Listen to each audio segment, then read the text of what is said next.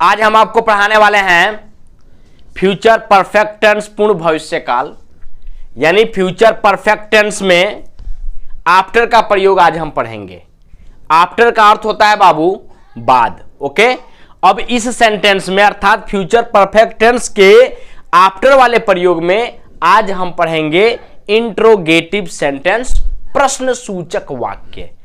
ऐसे वाक्य जिससे प्रश्न पूछा जाए या जिसमें प्रश्न सूचक शब्द हो उसे ही हम प्रश्न सूचक वाक्य कहते हैं। प्रश्न सूचक शब्द क्या, क्यों, कब, कैसे, कहां, कितना, कितनी, कितने, कौन, ये सब आपके प्रश्न सूचक शब्द है। अगर किसी भी सेंटेंस में ये प्रश्न सूचक शब्द आ जाए तो आप समझ जाइए कि यह आपका इंट्रोगेटिव सेंटेंस है, अर्थात यह प्रश्न सूचक वाक्य है। ओके, तो आज हम पढ़ेंगे फ्यूचर परफेक्ट टेंस के आफ्टर वाले प्रयोग में इंट्रोगेटिव सेंटेंस यानी प्रश्न सूचक वाक्य।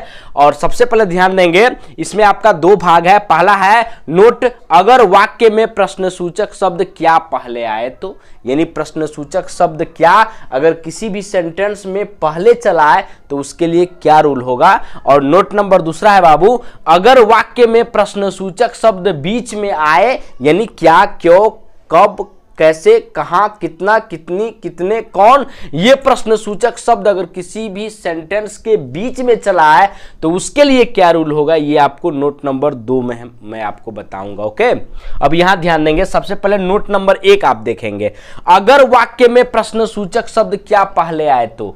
आप हैं फ्यूचर परफेक्ट टेंस में, सबसे पहले पहचान जानिए, जिस हिंदी वाक्य के क्रिया के अंत में चुकेगा, चुकेगी, चुकेंगे, चुका होगा, चुकी होगी, चुके होंगे या चुका रहेगा, चुकी रहेगी, चुके रहेंगे इत्यादि शब्द आता है उसे हम फ्यूचर परफेक्ट टेंस कहते हैं। ओके, इसमें एक कार्यों का भी होना पाया जाता है और जो मैं आपको पढ़ा रहा हूं वो यानी फ्यूचर परफेक्ट टेंस, इसमें 2 कार्यों का होना पाया जाएगा। ओके, एक कार्य पहले समाप्त होगा, एक कार्य बाद में समाप्त होगा। तो थोड़ा सा ध्यान देंगे आफ्टर वाले प्रयोग में क्या रूल है, किस तरीके का नियम है, थोड़ा सा ध्यान पूर्वक समझेंगे। इसमें क्या होता है कि जो कार्य बाद में समाप्त होता है यानी फ्यूचर परफेक्ट टेंस के आफ्टर वाले प्रयोग में, अर्थात फ्यूचर परफेक्ट टेंस में जहां पे 2 कार्यों का होना पाया जा रहा है, अगर उस सेंटेंस में बाद शब्द आ जाए तो वहां पे क्या करते हैं कि जो कार्य बाद में समाप्त होता है उसे हम प्रेजेंट इंडेफिनिट टेंस के नियम के अनुसार पहले लिखते हैं। ओके, और जो कार्य पहले समाप्त होता है उसे हम फ्यूचर परफेक्ट टेंस के नियम के अनुसार बाद में लिखते हैं। समझ में आ गया होगा। अब ध्यान समझेंगे, आज हम जो पढ़ने वाले हैं वो है आफ्टर का प्रयोग इंट्रोगेटिव सेंटेंस में, प्रश्न सूचक वाक्य में। अब यहां पे नोट नंबर पहला है, अगर वाक्य में प्रश्न सूचक शब्द क्या पहले आए तो उसके लिए क्या रूल होगा। तो ध्यान देंगे बाबू, सबसे पहले रूल आपका हो जाएगा डू या डज प्लस सब्जेक्ट, यानी डू या डज। हाँ, ये प्रेजेंट इंडेफिनिट टेंस में जो सहायक क्रिया होता है डू और डज, और यहां पे देखिए जब क्या पहले आएगा तो प्रेजेंट इंडेफिनिट टेंस को ही ना आप पहले लिखेंगे। तो प्रेजेंट इंडेफिनिट टेंस के जो आपको सहायक क्रिया है उसी के अनुसार आपको मतलब यहां पे सेंटेंस को ट्रांसलेट करना है हिंदी से इंग्लिश में। ठीक है, तो यानी प्रेजेंट इंडेफिनिट टेंस का जो सहायक क्रिया है बाबू वो है आपका डू और क्या है, डज है। यानी एक वचन करता रहेगा तो डज का प्रयोग करेंगे, बहुवचन करता रहेगा तो डू का प्रयोग करेंगे और आई रहेगा तो डू का प्रयोग करेंगे। ओके, और डू डज लिखने के बाद से आपका सब्जेक्ट हो जाएगा यानी कर्ता हो जाएगा यानी काम करने वाला। उसके बाद से वर्ब का फर्स्ट फॉर्म यानी क्रिया का पहला रूप हो जाएगा। उसके बाद से आपका ऑब्जेक्ट यानी कर्म हो जाएगा। उसके बाद से आपका आदर्श यानी अन्य हो जाएगा। और उसके बाद से बाद दिया है तो आफ्टर हो गया। उसके बाद से आपका सब्जेक्ट यानी कर्ता हो गया। और जो कार्य पहले समाप्त हो रहा है तो उसमें आपका सबसे पहले सब्जेक्ट हो गया और उसके बाद से शैल है, बाई, विल हैव, यानी यह फ्यूचर परफेक्ट टेंस की सहायक क्रिया है। और उसके बाद से वर्ब का तीसरा फॉर्म यानी क्रिया का तीसरा रूप आपको लिखना है। और उसके बाद से आपका ऑब्जेक्ट हो जाएगा यानी कर्म हो जाएगा। उसके बाद से आपका आदर्श यानी अन्य हो जाएगा। और क्या, क्यों, कब, कैसे, कहां, कितना, कितनी, कितने, कौन अगर दिया है तो क्वेश्चन मार्क का तो प्रयोग होगा ही। ओके, अब यहां पे आप सेंटेंस के माध्यम से समझेंगे बाबू, क्या मेरे विद्यालय पहुंचने के बाद घंटी बज चुकेगी। क्या मेरे विद्यालय पहुंचने के बाद घंटी बज चुकेगी। तो अब यहां पे ध्यान देंगे, सबसे पहले यह आपको देखना है कि कौन सा कार्य बाद में समाप्त हुआ।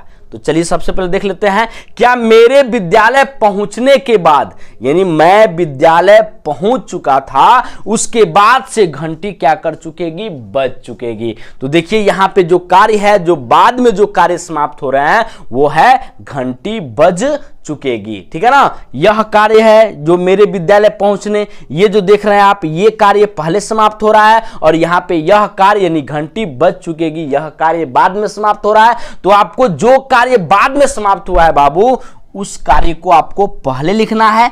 किस टेंस में लिखना है, प्रेजेंट इंडेफिनिट टेंस के नियम के अनुसार, वो भी आपको इंट्रोगेटिव सेंटेंस के रूल के अनुसार। ठीक ना, तो सबसे पहले देखिए घंटी बज चुकेगी, तो सबसे पहले आप डू या डज में से आप किसी एक को लिखेंगे। घंटी आपका कितना वचन है, एक वचन है, तो सबसे पहले आप क्या लिखेंगे बाबू, डज लिखेंगे। तो यहां पे आपका क्या हो जाएगा, डज हो जाएगा। ओके, उसके बाद देखिए आपका रूल क्या कर रहा है, सब्जेक्ट यानी कर्ता। अब कर्ता इस सेंटेंस में देखेंगे, कर्ता क्या है, घंटी, तो घंटी का अंग्रेजी हो जाएगा द बेल, द बेल हो गया। ओके, उसके बाद देखिए आपका रूल क्या कर रहा है, वर्ब का फर्स्ट फॉर्म यानी क्रिया का पहला रूप लिखना है। तो यहां पे देखिए क्रिया आपका क्या है बाबू, बजना। बजना का अंग्रेजी क्या होता है, रिंग होता है। ओके, तो वो आपका फर्स्ट फॉर्म में रिंग हो जाएगा, रिंग हो गया। ओके, उसके बाद देखिए आपका रूल क्या कह रहा है, अब आप यानी बाद का अंग्रेजी लिखिए, क्या, आफ्टर। तो यहां पे आपका AFTER, आफ्टर हो गया। उसके बाद देखिए आपका रूल क्या कर रहा है, सब्जेक्ट यानी जो कार्य पहले समाप्त हुआ है उसे आपको फ्यूचर परफेक्ट टेंस के नियम के अनुसार लिखना है। तो सबसे पहले आपका रूल क्या कर रहा है, सब्जेक्ट यानी कर्ता को लिखिए। कर्ता इसमें क्या है बाबू, मेरे। मेरे का अंग्रेजी क्या हो जाएगा, आई हो जाएगा। क्या हो जाएगा, आई। और आई के बाद देखिए शैल हैव या विल हैव में से किसी एक को लिखना है। तो आई के साथ हम किसका प्रयोग करते हैं, शैल हैव का प्रयोग करते हैं कि विल हैव का, तो आई के साथ हम शैल हैव का प्रयोग करते हैं। ओके, तो यहां पे आपका क्या हो जाएगा बाबू, शैल हो जाएगा, और उसके बाद से क्या हो जाएगा, हैव हो जाएगा। ओके, अब देखिए आपका रूल क्या कर रहा है, वर्ब का तीसरा फॉर्म यानी क्रिया का तीसरा रूप आपको लिखना है। ओके, तो अभी सेंटेंस में आप देख लीजिए ना, क्रिया आपका क्या है, पहुंचना, और पहुंचना का अंग्रेजी क्या होता है, अराइव होता है। और अराइव का यहां पे कौन सा फॉर्म लिखना है बाबू, क्रिया का कौन सा फॉर्म लिखना है, तीसरा फॉर्म, तो अराइव्ड हो जाएगा, ARRIVED, अराइव्ड हो गया। ओके, और कहां पहुंचने के बाद, विद्यालय, तो अराइव्ड, विद्यालय का अंग्रेजी क्या हो जाएगा बाबू, स्कूल, जो कि आपका यहां पे ऑब्जेक्ट का काम कर रहा है, स्कूल हो गया। ओके, और उसके बाद से हम क्या करेंगे, क्वेश्चन मार्क का प्रयोग करेंगे। अब अगला सेंटेंस आप देखिए, अगला सेंटेंस है, क्या उसके आने के बाद तुम अपना पाठ याद कर चुकोगे। इसमें भी सेम तरीका है, जैसे करेंगे क्या, ध्यान दीजिएगा बाबू, यहां पे भी ये देखेंगे कि कौन सा कार्य बाद में समाप्त हुआ।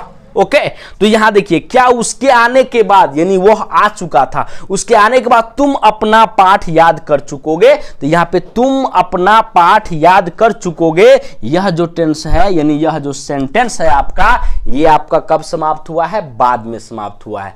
तो आपको फ्यूचर परफेक्ट टेंस के आफ्टर वाले प्रयोग में क्या करना है, जो कार्य बाद में समाप्त हुआ है उसे आपको कहां लिखना है बाबू, पहले लिखना है। वो भी किस टेंस में लिखना है, प्रेजेंट इंडेफिनिट टेंस के नियम के अनुसार लिखना है। और आप पढ़ रहे हैं इंट्रोगेटिव सेंटेंस यानी आफ्टर का प्रयोग है, उसमें आप पढ़ रहे हैं इंट्रोगेटिव सेंटेंस, तो प्रेजेंट इंडेफिनिट टेंस का जो सहायक क्रिया डू और डज होता है उसे आपको कहां लिखना है, पहले लिखना है। वो भी किसके अनुसार, सब्जेक्ट यानी कर्ता के अनुसार। तो ध्यान देंगे यहां पे, तुम अपना पाठ याद कर चुकोगे, ये कार्य बाद में समाप्त हो रहा है। ओके, तो इस कार्य को आपको प्रेजेंट इंडेफिनिट टेंस के इंट्रोगेटिव सेंटेंस के नियम के अनुसार कब लिखना है, पहले लिखना है। ओके, तो जो कि यहां पे रूल यहां पे लिखा गया है, तो अब ध्यान देंगे। सबसे पहले सब्जेक्ट को देखिए, सब्जेक्ट क्या है, तुम। तुम का अंग्रेजी क्या होगा, यू। अब यू के साथ डू या डज में से क्या लिखेंगे बाबू, डू लिखेंगे। तो यहां पे सबसे पहले आपका क्या हो जाएगा, डू हो जाएगा। ओके, उसके बाद देखिए आपका रूल क्या कह रहा है, सब्जेक्ट यानी कर्ता को लिखना है। अब इस सेंटेंस में देख लीजिए बाबू, कर्ता क्या है, तुम, और तुम का अंग्रेजी क्या हो जाएगा, यू हो जाएगा। तो यहां पे आपका क्या हो गया, यू हो गया। ओके, उसके बाद देखिए आपका रूल क्या कर रहा है, वर्ब का का फर्स्ट फॉर्म यानी क्रिया का पहला रूप लिखना है। अब इस सेंटेंस में देख लेंगे बाबू, क्रिया क्या है, याद करना। याद करने का अंग्रेजी क्या हो जाएगा, लर्न हो जाएगा। और लर्न में देखिए यहाँ पे क्रिया का कौन सा फॉर्म लिखना है, फर्स्ट फॉर्म, तो आपका लर्न हो गया। उसके बाद से आपका रूल क्या कर रहा है, ऑब्जेक्ट यानी कर्म को लिखिए। इस सेंटेंस में देख लीजिए बाबू, आपका कर्म क्या है, याद कर चुकोगे। क्या याद कर चुकोगे, अपना पाठ। तो ये आपका क्या है, ऑब्जेक्ट है यानी कर्म है। ओके, तो यहां पे यह ध्यान देंगे बाबू कि यहां पे हम अपना का अंग्रेजी क्या लिखेंगे। तो सबसे पहले कर्ता के पास पहुंचिए। कर्ता क्या है, तुम का अंग्रेजी यू, और यू के साथ हम अपना का अंग्रेजी योर लिखते हैं। तो यहां पे आपका क्या हो जाएगा बाबू, योर हो जाएगा। और उसके बाद से पाठ है ना, तो पाठ का अंग्रेजी क्या हो जाएगा, लेसन हो जाएगा। ओके, और उसके बाद देखिए आपका रूल क्या कह रहा है, ऑब्जेक्ट अदर्स हो गया। उसके बाद देखिए रूल क्या कह रहा है, आफ्टर यानी बाद का अंग्रेजी आपको क्या लिखना है, आफ्टर लिखना है। ओके, तो सबसे पहले यहां पे हम क्या लिख लेंगे, आफ्टर। आफ्टर हो गया। और उसके बाद देखिए आपका रूल क्या कर रहा है, अब जो कार्य पहले समाप्त हुआ था उसे आपको यानी फ्यूचर परफेक्ट टेंस के नियम के अनुसार बाद में लिखना है। ओके, तो आफ्टर तो हो ही गया। अब हम चलेंगे कि जो कार्य पहले समाप्त हुआ था उसके पास, तो यहां क्या है, उसके आने के बाद, यानी उसके आने के बाद। तो यहां पे उसके का अंग्रेजी सबसे पहले क्या लिखेंगे, ही लिखेंगे। क्या लिखेंगे बाबू, ही लिखेंगे। और उसके बाद देखिए यानी सब्जेक्ट आपका ही हो गया। अब शैल हैव या विल हैव में से किसी एक को लिखना है। ही के साथ हम शैल हैव का प्रयोग करते हैं कि विल हैव का, क्या प्रयोग करते हैं बाबू, विल हैव का। तो ही के बाद से क्या हो जाएगा, विल हो जाएगा। ओके, उसके बाद क्या हो जाएगा, हैव हो जाएगा। और यहां पे ध्यान देंगे आना। आना का अंग्रेजी क्या हो जाएगा बाबू, कम। अब यहां पे देखिए कम का कौन सा फॉर्म लिखना है, तीसरा फॉर्म। कम केम कम होता है, तो यहां पे आपका क्या हो जाएगा बाबू, कम, COME, कम हो गया। और उसके बाद से क्वेश्चन मार्क का प्रयोग करेंगे। ओके, अब नोट नंबर दूसरा देखेंगे बाबू, अगर वाक्य में प्रश्नसूचक शब्द बीच में आए तो, जैसे फ्यूचर परफेक्ट टेंस हो, प्रयोग आफ्टर वाला हो और इंट्रोगेटिव सेंटेंस हो, और उसमें अगर उस वाक्य में प्रश्नसूचक शब्द कहां आ जाए, बीच में आ जाए, जैसे क्या, क्यों, कब, कैसे, कहां, कितना, कितनी, कितने, कौन, अगर ये प्रश्नसूचक शब्द अगर बीच में आता है तो फिर उसके लिए क्या करता है। तो देखिए यहां पे रूल है, सबसे पहले आप क्वेश्चन वर्ड को लिखेंगे, यानी उस प्रश्नसूचक शब्द की अंग्रेजी को लिखेंगे। उसके बाद से सब्जेक्ट के अनुसार डू या डज का प्रयोग करेंगे। तो यानी सबसे पहले डू या डज हो जाएगा, और उसके बाद से आपका क्या हो जाएगा, सब्जेक्ट यानी कर्ता हो जाएगा। ये डू और डज प्रेजेंट इंडेफिनिट टेंस का हेल्पिंग वर्ब है, यानी सहायक क्रिया। ओके, उसके बाद देखेंगे हेल्पिंग वर्ब यानी डू और डज के बाद से आपको सब्जेक्ट यानी कर्ता लिखना है। उसके बाद से आपको वर्ब का फर्स्ट फॉर्म यानी क्रिया का पहला रूप आपको लिखना है, और उसके बाद से आपका ऑब्जेक्ट यानी कर्म हो जाएगा, और उसके बाद से आपका आदर्श यानी अन्य हो जाएगा। और बाद अगर दिया है तो आपको आफ्टर तो लिखना ही है। उसके बाद से आपका सब्जेक्ट हो गया। उसके बाद से आपको शैल हैव या विल हैव का प्रयोग करना है। ये फ्यूचर परफेक्ट टेंस का रूल है, समझ रहे हैं कि नहीं। ये आपका सब्जेक्ट हो गया। सब्जेक्ट के बाद से शैल हैव या विल हैव का प्रयोग करना है। उसके बाद से वर्ब का तीसरा फॉर्म यानी क्रिया का तीसरा रूप लिखना है। उसके बाद से आपका ऑब्जेक्ट यानी कर्म हो जाएगा। उसके बाद से आपका आदर्श यानी अन्य हो जाएगा। और क्या, क्यों, कब, कैसे, कहां, कितना, कितनी, कितने, कौन अगर दिया है तो क्वेश्चन मार्क का तो आप प्रयोग करेंगे ही। ओके, अब यहां पे ध्यान देंगे बाबू, सेंटेंस के माध्यम से समझाने की कोशिश कर रहा हूं, ध्यान देंगे बाबू। मेरे आने के बाद तुम क्यों अपना काम कर चुकोगे। तो अब यहां पे भी आपको क्या करना है, सबसे पहले यह देखना है कि कौन सा कार्य बाद में समाप्त हुआ। बाद वाले में यह ध्यान देते हैं कि कौन सा कार्य बाद में समाप्त हुआ। तो जो कार्य बाद में समाप्त हुआ होगा उसको आपको पहले लिखना है, और वह टेंस होगा प्रेजेंट इंडेफिनिट टेंस के नियम के अनुसार। ओके, तो अब ध्यान देंगे बाबू, मेरे आने के बाद यानी मैं आ चुका था, उसके बाद से तुम क्यों अपना काम कर चुकोगे। तो ये वाला जो वर्क है, तुम क्यों अपना काम कर चुकोगे, ये वाला जो वर्क है, कार्य है, वो कब समाप्त हुआ है बाबू, बाद में समाप्त हुआ है। तो इस कार्य को आपको कहां लिखना है बाबू, पहले लिखना है। किस टेंस में लिखना है? प्रेजेंट इंडेफिनिट टेंस के इंट्रोगेटिव सेंटेंस के अनुसार लिखना है। ओके, तो यहां पे रूल आपका है, सबसे पहले रूल क्या है? क्वेश्चन वर्ड यानी उस प्रश्न सूचक शब्द की अंग्रेजी को लिखना है जो उस वाक्य के कहां आया है? बीच में आया है। तो यहां पे देखिए, यहां पे क्या है? प्रश्न सूचक शब्द क्यों है, तो क्यों का अंग्रेजी क्या लिखेंगे बाबू? पर लिखेंगे वाई। क्या लिखेंगे? वाई लिखेंगे। और उसके बाद देखिए आपका रूल क्या कर रहा है? डू या डज को लिखिए, वो भी किसके अनुसार? सब्जेक्ट यानी कर्ता को, कर्ता के अनुसार। अब इस सेंटेंस में आप पहले कर्ता देख लीजिए, आपका क्या है? तुम है। तुम का अंग्रेजी क्या होगा? यू। अब यू के साथ डू या डज में से आप क्या लिखेंगे बाबू? डू लिखेंगे। तो यहां पे आपका क्या हो जाएगा? डू हो जाएगा। और उसके बाद से आपका सब्जेक्ट यानी सब्जेक्ट जो करता है वो क्या हो जाएगा? तुम। तुम का अंग्रेजी यहां पे क्या हो जाएगा? यू हो जाएगा। ओके, यानी यू आपका बहुवचन था, इसलिए सहायक क्रिया डू या डज में से हमने क्या लिखा? डू लिखा। उसके बाद से आपका रूल क्या करा? सब्जेक्ट यानी कर्ता। कर्ता यहां पे क्या है? तुम। तुम का अंग्रेजी क्या हो गया? यू हो गया। उसके बाद देखिए आपका रूल क्या करा? वर्ब का फर्स्ट फॉर्म लिखना है, यानी क्रिया का पहला रूप लिखना है। अब यहां पे देख लीजिए आप ना, क्रिया क्या है? काम कर चुकोगे। ओके, तो यहां पे जो है, यहां पे ध्यान देंगे, क्रिया जो है आपका वो है करना। क्या है बाबू? करना है, क्योंकि अपना काम एक साथ है। तो यहां पे जो है करना, ये अपना काम आपका ऑब्जेक्ट यानी कर्म है, और ये जो कर चुकोगे, ये कर जो है करना, ये आपका क्या है? क्रिया है। तो क्रिया करना, करना का अंग्रेजी क्या होता है? डू होता है। तो डू का आपको कौन सा फॉर्म लिखना है? फर्स्ट फॉर्म लिखना है। तो यहां पे आपका क्या हो जाएगा बाबू? डू हो जाएगा। ओके, अब देखिए आपका रूल क्या करा? ऑब्जेक्ट यानी कर्म को लिखिए। इस सेंटेंस में कर्म अभी बताया हूं ना, क्या है? अपना काम। तो यहां पे देख लेंगे कि यहां पे अपना का अंग्रेजी क्या होगा। तो कर्ता के पास पहुंचेंगे, तुम। तुम का अंग्रेजी यू। यू के साथ अपना के लिए क्या प्रयोग करते हैं बाबू? योर का प्रयोग करते हैं। तो यहां पे आपका क्या हो जाएगा? योर हो जाएगा। और कार्य का यानी काम का अंग्रेजी क्या हो जाएगा बाबू? वर्क हो जाएगा। ओके, और उसके बाद देखिए आपका रूल क्या कर रहा है? ऑब्जेक्ट यानी अदर्स को लिखिए। तो ये वाला सेंटेंस तो आपका पूरा क्या हो गया? समाप्त हो गया। Why do you do your work. Okay, और उसके बाद से फिर देखिए आपका रूल क्या कर रहा है? आफ्टर यानी बाद का अंग्रेजी आपको आफ्टर लिखना है। तो यहां पे आपका क्या हो जाएगा बाबू? आफ्टर हो जाएगा। और उसके बाद फिर देखिए रूल आपका क्या कर रहा है? सब्जेक्ट यानी कर्ता को लिखिए। अब कौन सा कर्ता? जो कार्य पहले समाप्त हुआ उसमें का कर्ता। तो ये वाला कार्य जो है बाबू पहले समाप्त हुआ मेरे आने के बाद। तो ये जो मेरे है ये आपका कब कार्य समाप्त हुआ? यानी पहले समाप्त हुआ। तो मेरे का अंग्रेजी यहां पे क्या हो जाएगा बाबू? आई हो जाएगा। ओके, उसके बाद देखिए आपका रूल क्या करा? शैल हैव या विल हैव में से किसी एक को लिखना है। तो यहां पे ये बताइए, आई के साथ हम किसका प्रयोग करते हैं? शैल हैव का। तो यहां पे आपका क्या हो जाएगा बाबू? शैल हो जाएगा। ओके, और उसके बाद से शैल, उसके बाद क्या लिखेंगे बाबू? हैव लिखेंगे।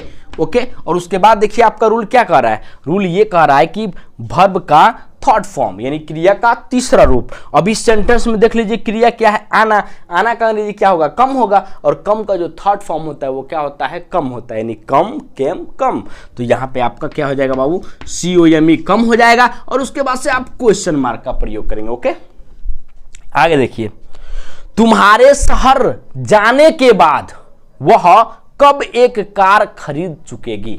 अब इस सेंटेंस में भी देखेंगे बाबू कि कौन सा कार्य बाद में समाप्त हुआ है। तो वैसे आपको समझ में आ ही रहा होगा, तुम्हारे शहर जाने के बाद यानी तुम शहर जा चुके थे, उसके बाद से वह कब एक कार खरीद चुकेगी। तो ये वाला जो कार्य है बाबू बाद में समाप्त हुआ है। कब समाप्त हुआ है? बाद में। तो इस कार्य को यानी इस सेंटेंस को हमें कब लिखना है? पहले लिखना है।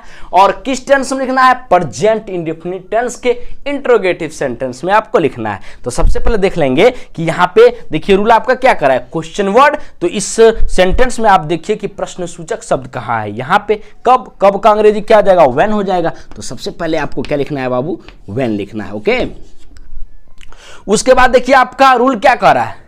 डू या डज यानी हेल्पिंग वर्ब सहायक क्रिया डू या डज लिखना है, वो भी किसके अनुसार? सब्जेक्ट यानी कर्ता के अनुसार। तो सबसे पहले आप कर्ता देखिए, कर्ता क्या है? वह का अंग्रेजी यहाँ पे क्या होगा? चुकेगी दिया है तो वह का अंग्रेजी क्या होगा? सी होगा। अब सी के साथ डू या डज में से आप क्या लिखेंगे बाबू? डज लिखेंगे। तो यहाँ पे आपका क्या हो जाएगा? डज हो जाएगा। ओके, और उसके बाद देखिए वह का अंग्रेजी यानी वह का अंग्रेजी आपका क्या हो जाएगा बाबू? सी हो जाएगा। यानी आपको सब्जेक्ट लिखना था, डू या डज के बाद से क्या लिखना था? सब्जेक्ट लिखना था। तो सब्जेक्ट आपका क्या हो गया?